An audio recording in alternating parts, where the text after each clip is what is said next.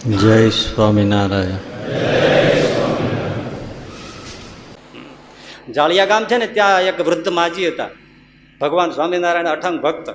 આપણે મહાપુરુષદાસજી સ્વામીનું નામ સાંભળીએ છીએ ને, મહાપુરુષદાસજી સ્વામી. એ ક્યારેય વર્ષમાં જ્યારે એકાદ વાર ત્યાંથી ફરવા નીકળે ત્યારે માજી પોતાને હાથે સૂતર વણે કાંતે ચાદર બનાવે અને સ્વામીને કોઈના દ્વારા ઓઢાડાવે.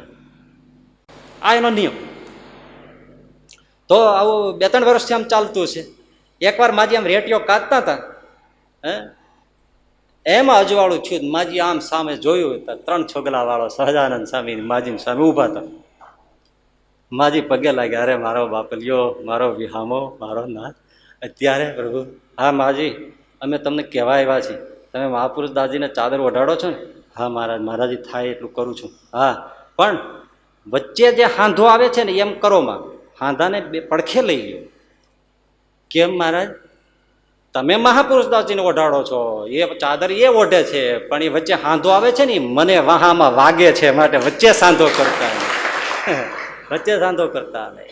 જો જલે તૈલમ, જળમાં તમે તેલનું ટીપું નાખો, ફેલાઈ જાય.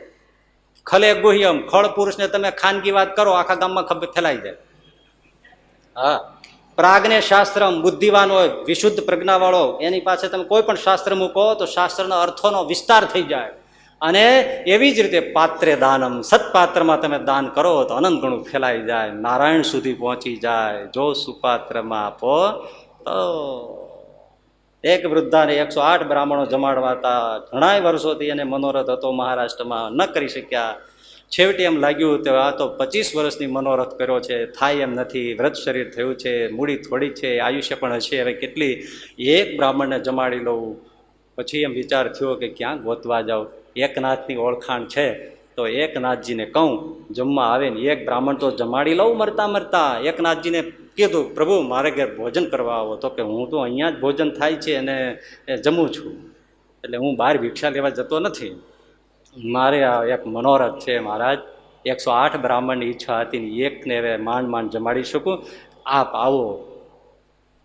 એકનાથજી ઊભા થઈ ગયા, હું બપોરે આવીશ. બસ, વૃદ્ધાએ રસોઈ બનાવી. એ બ્રાહ્મણી હતા. એકનાથજી ગયા, પ્રોક્ષણ વિધિ કરીને પતરાવળું મૂક્યું ને બેઠા. બ્રાહ્મણ ભાઈએ જમાડ્યા, જમી લીધું, ચડું કર્યું. માને કહ્યું, લ્યો માં પતરાવળું ઉપાડીને નાખી દો. ઓસરીની કોરેજ વ્યવસ્થા હોય એમાં પતરાવળું મૂકી દીધું. એ મૂકીને જે આવ્યા તે બીજું પતરાવળું જોયું. એકનાથજી કે માં પતરાવળું તો લઈ લો. લે અમે લઈ ગઈ શું? બીજું ઉપાડીને જ્યાં નાખ્યા તે ત્રીજું. માં પતરાવળું તો લઈ લે. ડોશી થાય કે આ શું થાય છે?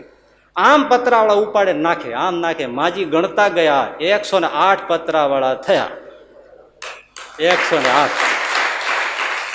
માજી પગમાં પડી ગઈ, હો બાપ. તો કે તારો મનોરથ હતો ને મારે 108 બ્રાહ્મણ જમાડવા, આ એકમાં 108 જમી ગયા.